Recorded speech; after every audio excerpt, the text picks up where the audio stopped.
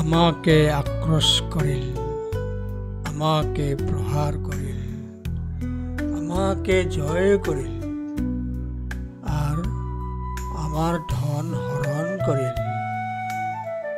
যাহারা এইরূপ চিন্তা পোষণ করে তাহাদের শত্রুতার উপশম হয় না, কখনো উপশম হয় না। ধম্মপদ 3।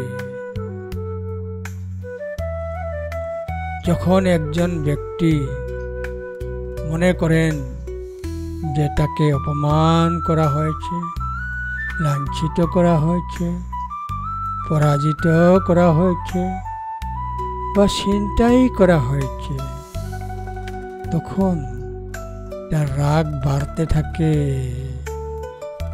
এমন ব্যক্তির রাগ কমার উপায় নেই। সে যতই কাল্পনিক সমস্যা অতিক্রম করে, তার প্রতিশোধ নেওয়ার ইচ্ছা ততই বেড়ে যাবে।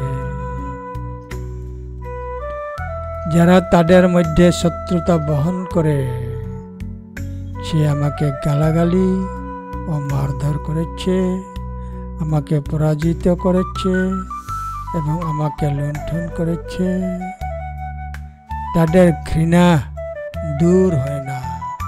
ধম্মপদ 3।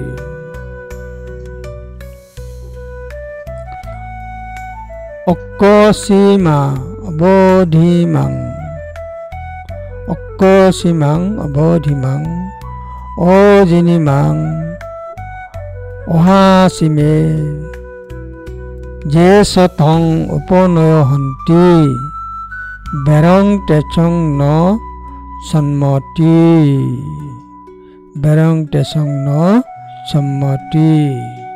ধম্মপদ 3।